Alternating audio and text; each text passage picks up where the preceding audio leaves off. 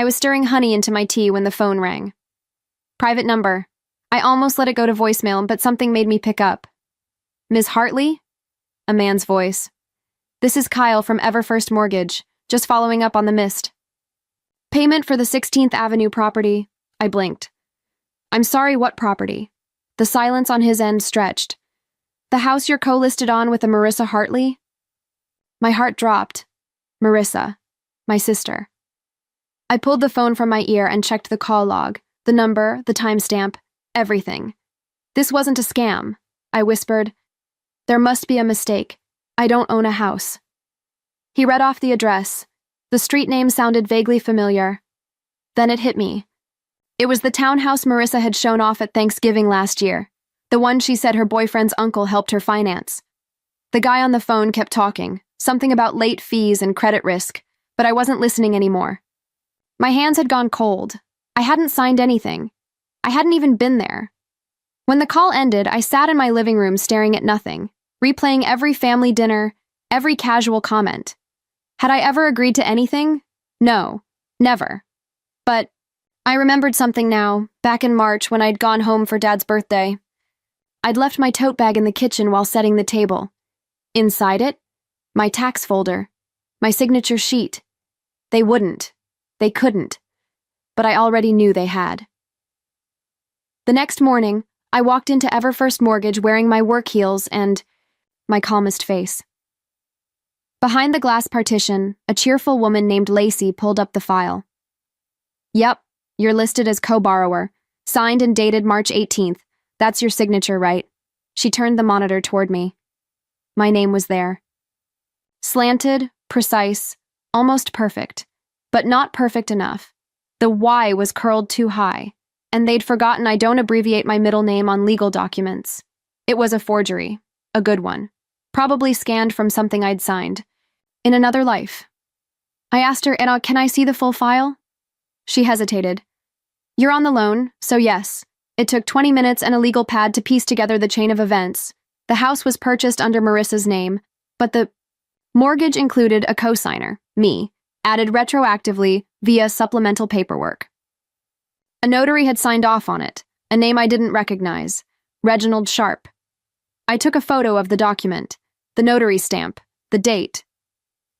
Then I asked the question that finally cracked me. How much is left on the loan? Lacey glanced at the screen. $462,021. My throat tightened. I walked out of that office in a daze. My name wasn't just on paper. It was on the hook, and suddenly, all those sweet family dinners, the birthdays I'd funded, the guilt trips about not visiting enough, they weren't memories, they were a setup. I drove straight to my parents' house. Mom was pruning roses. In the front yard, her gloved hands careful, theatrical. Evelyn, she said, surprised. You should have called. I didn't smile. Can we talk? She led me to the kitchen, poured sweet tea like we were catching up. I didn't sit. I know about the mortgage, I said flatly. I didn't sign anything, but my name is on a loan. She blinked, then laughed, actually laughed. Oh, honey, it's just paperwork. You're so good with finances. You'd have done it anyway. My heart pounded. You forged my name. She didn't deny it. She tilted her head. You left your papers out that day. I figured, what's the difference? You always help the family. That was when Dad shuffled in, rubbing his neck. Your sister needed a boost. That's all. You make more than she does. I turned to him. It's illegal. He looked away. And that's when Marissa came downstairs in yoga pants and full makeup. She didn't flinch, just sipped her oat milk latte. I thought you said it was fine, she said with a practiced shrug. Don't tell me you're going back on your word. I stared at her. I never gave you my word. Marissa smiled like she was watching a sitcom. Then why are you so easy to use? His office was tucked between a dry cleaner and a nail salon. No fancy sign, just a small brass plaque, Henry Calloway, property law. He looked like someone's retired uncle. Cuffed sleeves, thick glasses, a tie that hadn't been trendy since. Clinton, Ms. Hartley, he said, motioning me in. You said your name was placed on a mortgage without your consent? I nodded, sliding over the documents. Henry read them slowly, humming under his breath like he was solving a crossword. After a long pause, he said, "You're not the first, but you might be the smartest one to walk in before the house goes under." I didn't speak. He leaned back. "Tell me what you want, Ms. Hartley. Do you want them arrested, or do you want control?" I looked at the ceiling, thinking of Marissa's smug smile, my mother's shrug, my father's silence. "Control?" I said. He smiled, not warmly, knowingly. "Then you'll need patience and documentation. We don't scream, we position. You're not here for revenge. You're here to reclaim the ground they built on your back." That was the first time someone said what I hadn't been able to.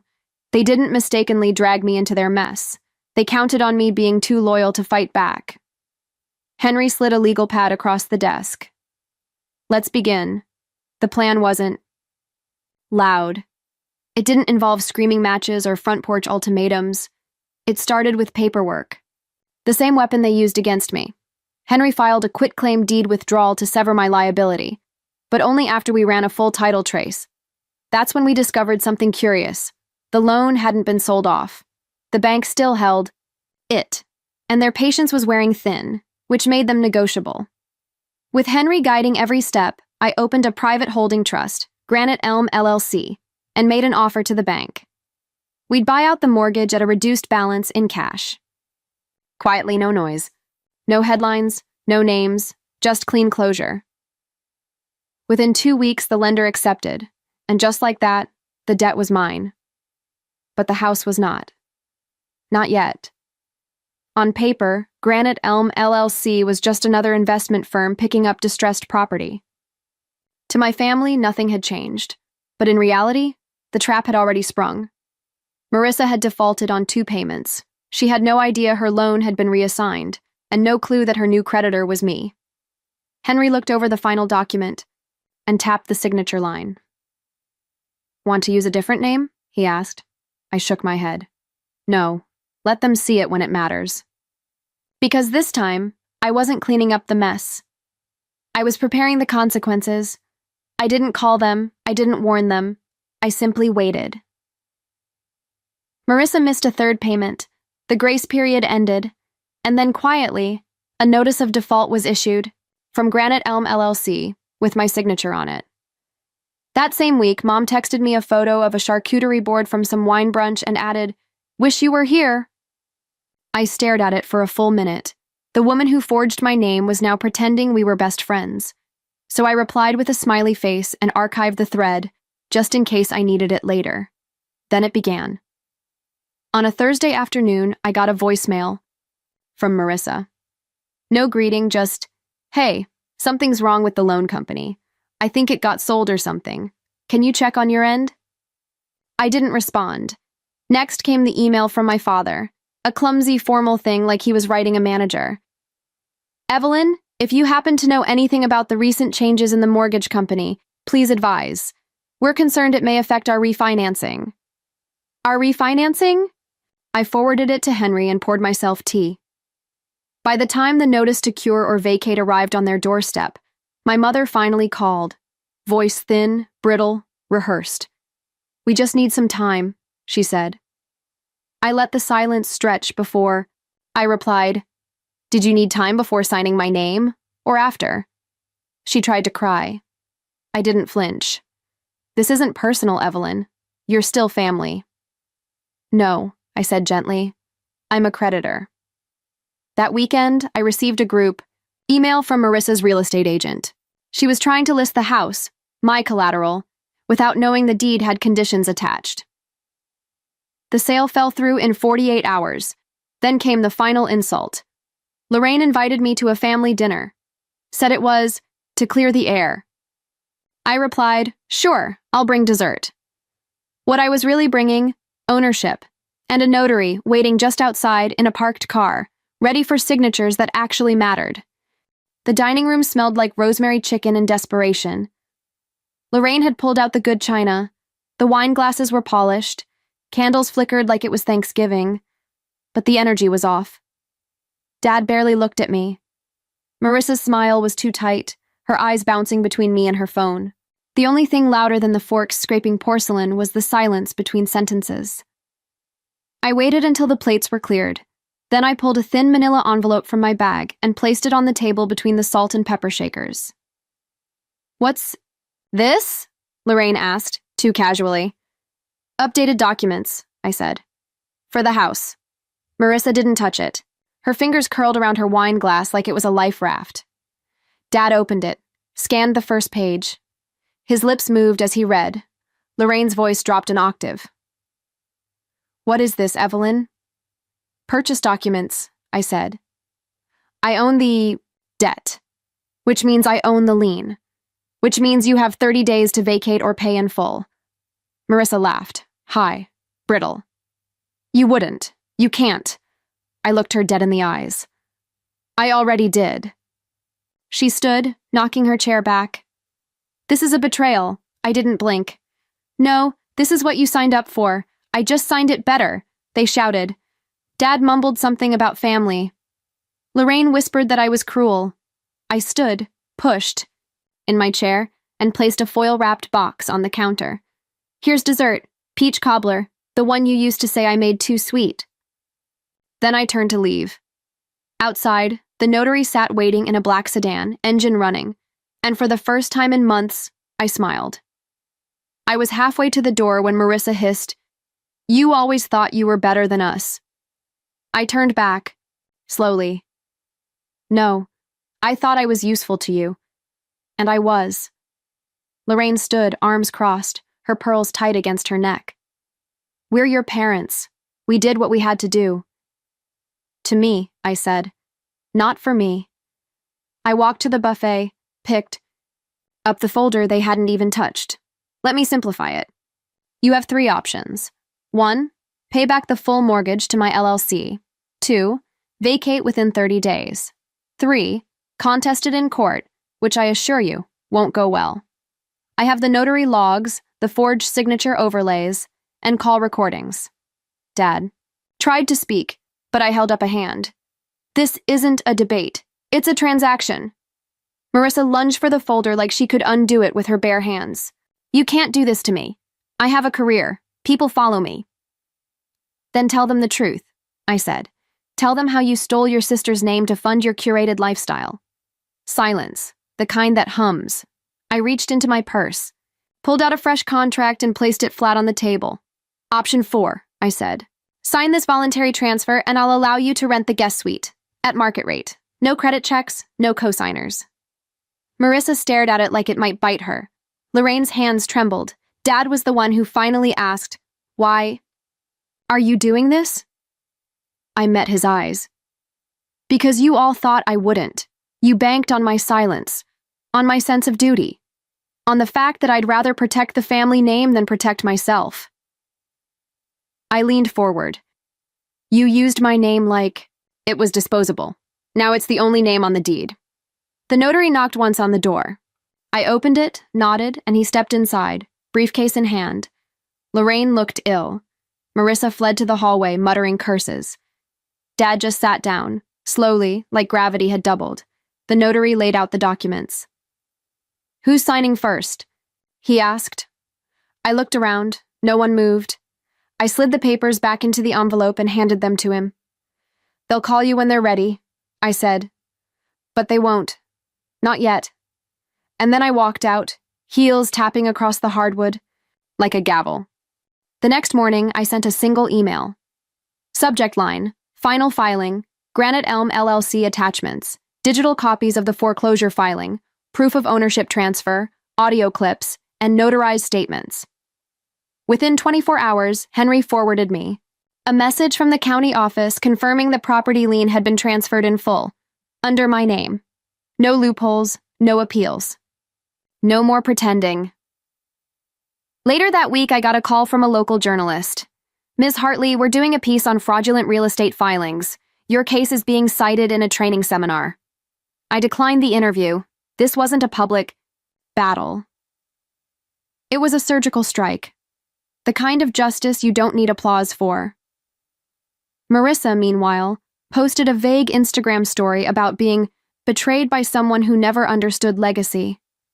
She tagged no one, but the message was clear and irrelevant.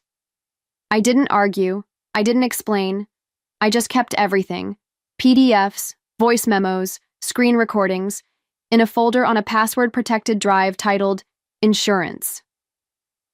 When Lorraine tried to guilt me over email, I sent her a single sentence. You taught me how to be quiet. I just learned how to make it permanent. The truth is, I didn't ruin them.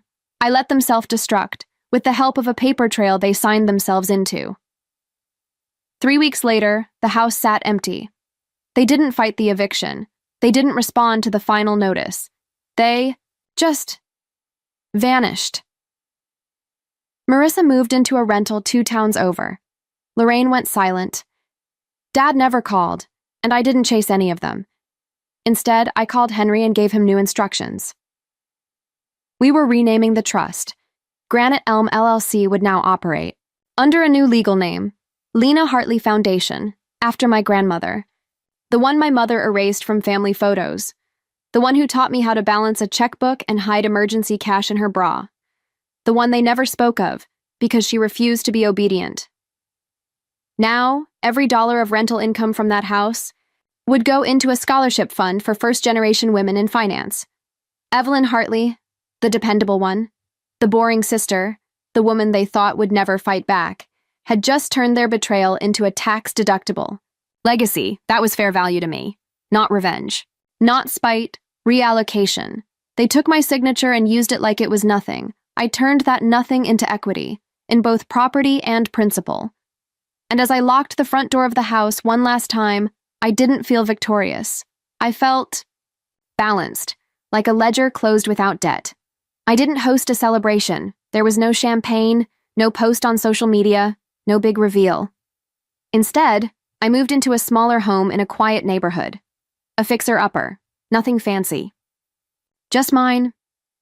I planted basil on the windowsill and started taking long walks before dinner. I read contracts for fun. I slept through the night. One day, while cleaning out old boxes, I found a birthday card from 5 years ago, unsigned. No message. No handwriting. Just a generic Hallmark phrase about being proud of who you've become. I laughed. Not because it was funny, because it was fitting. That's how they'd always operated. Surface love, silent sabotage. But I wasn't angry anymore. I'd outgrown the version of myself that needed their approval. The strong one wasn't the loudest. She didn't shout or cry or beg to be believed. She read the fine print. She knew the terms. And when the time came, she signed her own name and walked away. I hadn't become cruel. I'd become precise, and with every quiet step forward, I left behind the old roles, the dutiful daughter, the financial fixer, the emotional shock absorber. They used to say I was too quiet, too serious. Turns out, silence was my sharpest weapon. Because when I finally spoke, it was with action, and there was no apology in it. The grass was overgrown. I stood at the edge of the yard, the one they once called Marissa's place. Now the deed said otherwise. I held a small measuring wheel in my hand, slowly walking the perimeter, watching the counter tick. Each click marked distance, but to me it marked something else. Boundaries, the kind they never gave me, the kind I had to draw myself. At the back fence, I stopped and looked out at the field behind the house. Quiet, open, untouched. A symbol of everything I'd reclaimed. No, I didn't set fire to the house. I didn't throw anyone out in the street. I gave options, terms. I followed the rules, even when they didn't. Because power isn't in chaos, it's in control. They put my name on something without asking. So I asked for nothing, and took back everything. In the end, it wasn't about the money. It wasn't even about the house. It was about finally choosing myself, without apology, without noise, without needing them to understand. I turned back toward the street, keys in hand, sunlight cutting low across the lawn. And in that stillness, I heard it, not forgiveness, not regret, just the sound of peace. They built that house with stolen signatures. I reclaimed it with silence and drew the property line with my own name.